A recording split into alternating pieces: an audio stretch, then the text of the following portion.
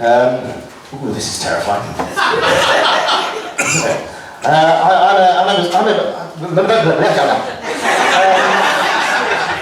I'm an absurdly anxious person, and I don't know why I do this. Literally, honestly, I get myself into such a state before I go on stage every single time, pacing up and down, like all sorts of stuff. But once I'm up here and I've got the microphone, I'm in front of everyone, it's fucking worse. It doesn't, I've got to be honest, it doesn't take a lot to set off the anxiety. I once gave myself a panic attack because I had the fucking audacity to think, haven't had a panic attack for a while.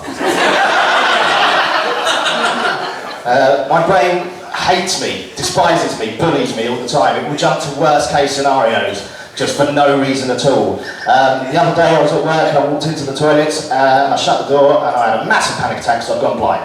And then I turned the light on.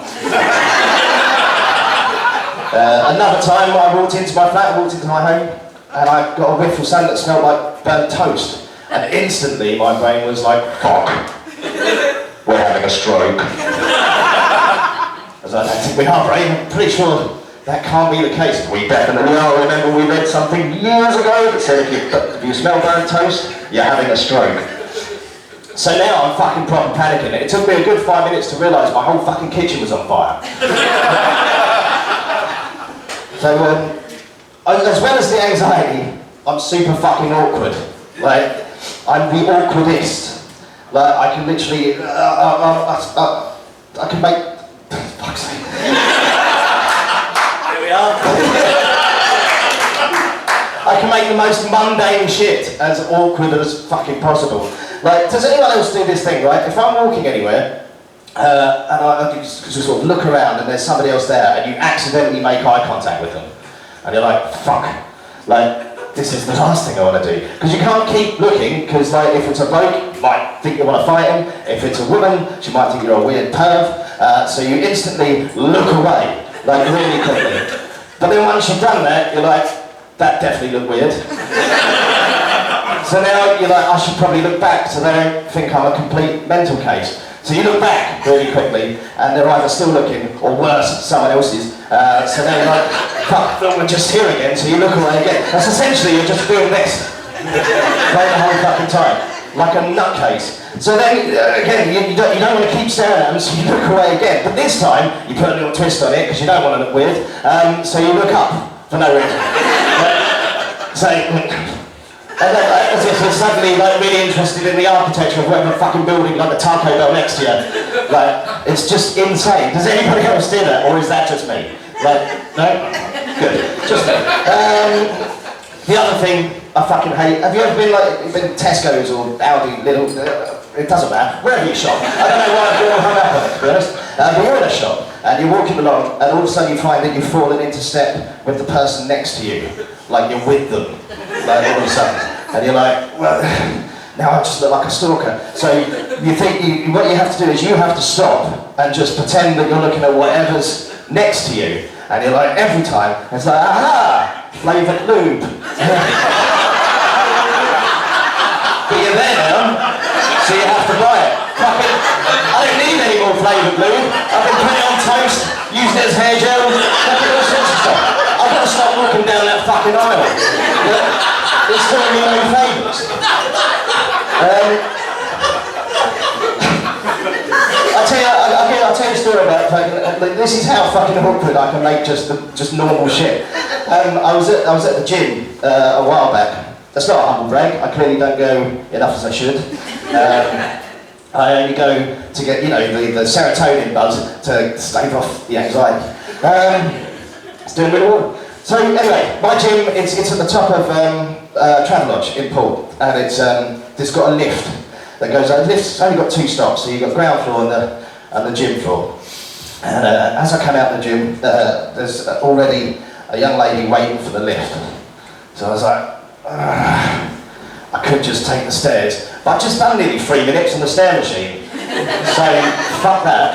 So I said to her, do you mind if I jump in the lift with you? She's like, yeah, no problem at all. So I'm like, good. So I take my phone out, prepared to just stare at that, so we don't have to, acknowledge each other's existence or make any kind of eye contact, anything like that at all.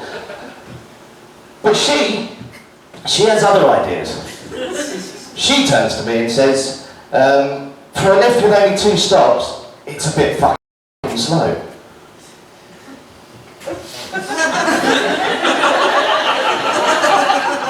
I'm not ready for this. I've got fucking nothing planned. It's completely thrown me out. So now I'm just staring at her, which is weird. So I have to say something. I can't just, this is awkward as fuck. So I say the first thing that comes into my head, which is just, ah, yeah!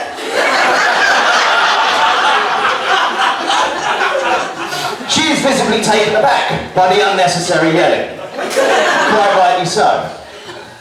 So now I'm like, fuck, I should make a bolt for the stairs, because that would be weird as well. Just weird, just go full on weird. But just as I think that, the lift doors do open and she gets in, and I'm like, oh, well, we're here now. So I get in the lift. The lift doors close. And she decides that she's going to give me a second chance to have a conversation like a normal human being. And she says, I'm always a bit concerned about getting in this lift because it does have a tendency to break down. Now, I'm not getting caught out a second time. I quickly formulate a sentence in my head. And that sentence is, yeah, the lifts in the building where I live are always breaking down, but, you know, never a good time for me, like when I'm on my way to work or anything. It's not funny, it's still pretty awkward. But it is 1,000 times better than what I actually said, which was, we've got lifts!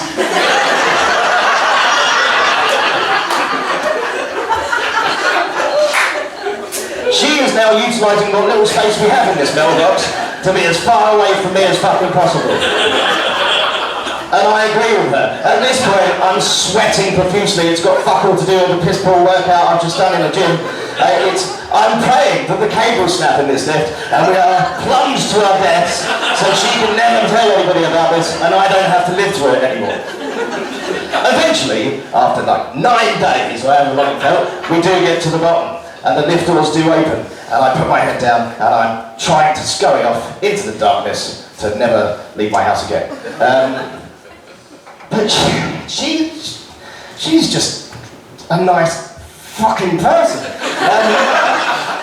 She turns and she says, well, I hope you have a lovely evening. So I stop. And I turn. Not all of me, just the top fucking half. Like a normal person. And I look her dead in the eye and I go, I'm sure I'll see you again.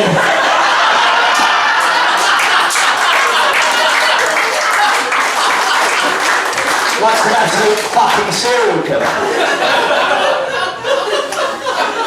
Now I can't go to that gym anymore. So, I've been considering giving up drinking for about the 8 billionth time in my life, because I'm just not very good at it. I don't even have to look up now to know there's several people in this room just nodding. They just...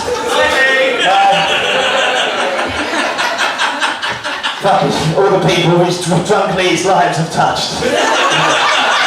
Steve is Drunk Lee's official videographer. I wake up the next morning with no fucking memory of what happened before, and it's like, you have been tagged in the video by Steve.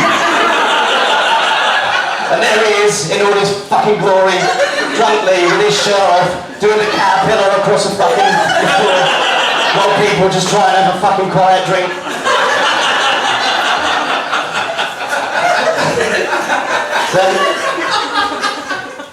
Drunk Lee's a fucking menace. I know a lot of you have experienced this. He's a dick. But the thing is, I've never been good at drinking. Never. Like, I don't know why I do it.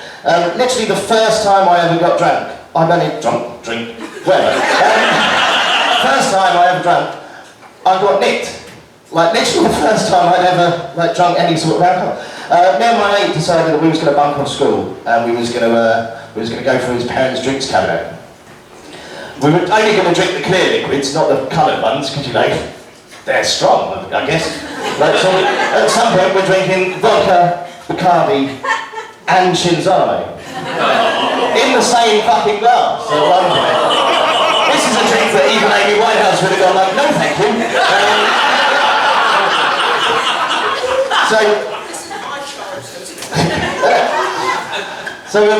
So we're drinking this fucking lethal concoction. Obviously, in about 8 minutes, I am cunted. So I'm just wading through Adam's house, like smashing shit up and stuff, like just being a complete nightmare. Adam's pretty much drinking the same as me, but he seems to be alright. So eventually I pass out, much to Adam's relief. So he decides that to sober me up, he's going to dump me in his bath and turn the shower on me. Essentially, the idea is to waterboard me sober or something. I'm not sure what the logic was.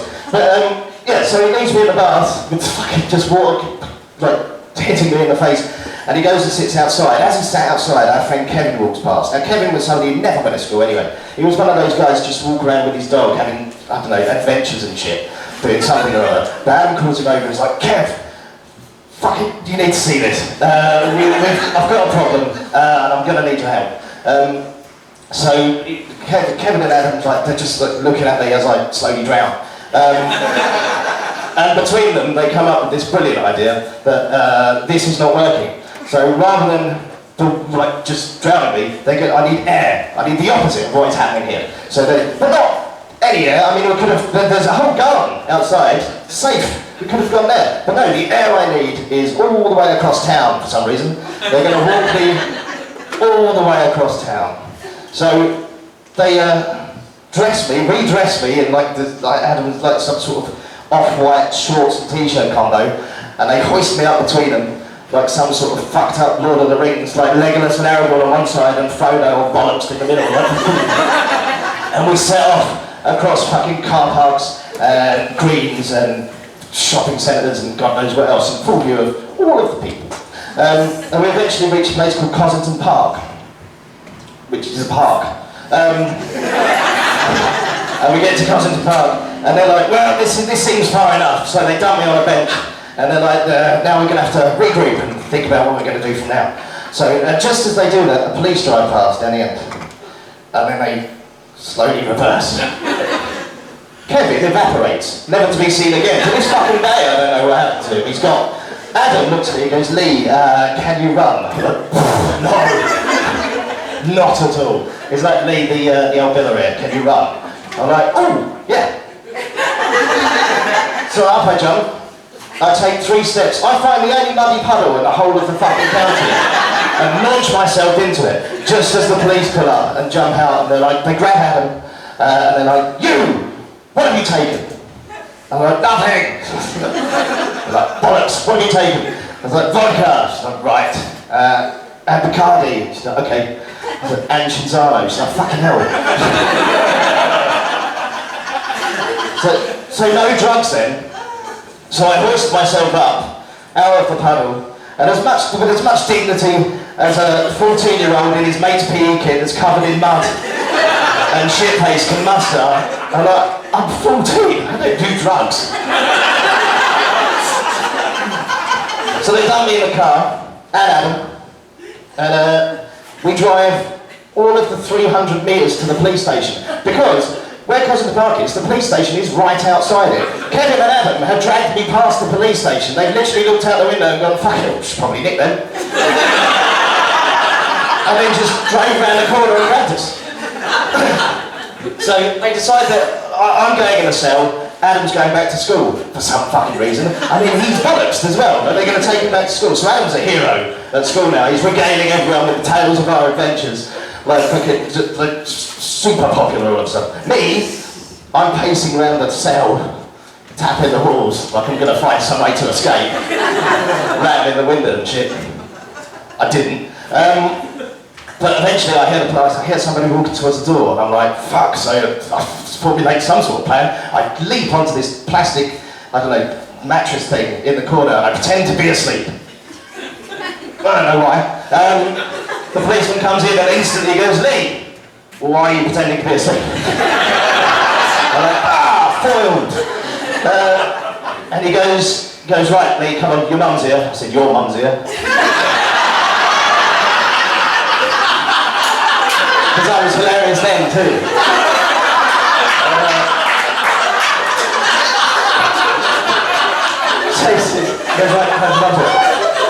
So I walk out of the cell and there she is, my mum. Now, my mum is obviously not happy, but she's on a different level of unhappy because my mum at the time is, she's an area manager for an estate agent. And she was in the middle of an area meeting when somebody rang to say, I've been nicked. So this poor woman's had to go in, this poor woman's answered the phone, she's gone into the room, she's like, Kim, phone call for you. My mum's a dedicated area manager, she's good at her job. She's like, well, I'm in the middle of something here, like teaching stuff, estate agent stuff. She said, it can wait. She's like, I really think you should take the call, Kim. And she's like, no, like, she goes, it's your son. So, don't think it is, my son's at school, he's a good boy. So Kim, he's been arrested. Well, I was like, I should probably take this. So minutes later, she's flying down the fucking motorway. And when I see her, she's got a different shape. You know, people go like red when they're angry. She's like fucking dark purple. Her eyes have gone completely black, like a shark's. And she's just glaring at me. And I'm like, fuck. Even the police are like, Jesus Christ. So they start trying to make it better. Like fucking, he doesn't seem like a bad lad. She says nothing, just stares at me the whole time. So then they're like, right, we need you to fill in some paperwork. So they take me into this little room. And this is where I find out what they're actually charging me with. Drunk and incapable. Not drunk and disorderly or any of the cool stuff. Can't tell people drunk and incapable. Like, but did you have any problems nicking him? It was like, no, he's drunk and incapable. We just fucking rolled him into... Drunk and incapable is drunk and rubbish. It's pathetic. So then, right, you need to sign it. I'm still fucking too big. I can't like, lift a biro, let alone anything else. So my mum signs it, which I'm pretty sure is fraud. But the police aren't going to challenge her. She's fucking terrified. So eventually, I'm given back to my mum, much to her joy. Again, the police were a bit worried for my safety at this point. They're literally like, the next time we see this kid, he's going to be in bits in a bin behind a McDonald's. So like, sort of try like, finally, like, don't want to see you back here again. So we get in the car, and my mum still hasn't said a fucking word, not to the police, not to me, not to anyone. I don't think she's capable of speech at this point. She's like, there's steam coming off of her. Like, she's fucking, and I decided that in my 14-year-old brain, I was like, I've got to do something here, because I'm gonna die. Like, so I need to save my short, pathetic life. So I cry. And I cry really fucking hard.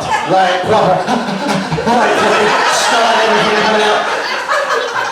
And my mum looks at me, and in that moment, she sees her eldest, her firstborn, looking more vulnerable than he has since birth, really, and her face softens. Like, and she strokes my hair and she says, look, it's gonna be okay. And I look up and our eyes, like, we make our eyes meet, and in that moment we bond, like we've never really bonded before as mother and son. And I vomit in her lap.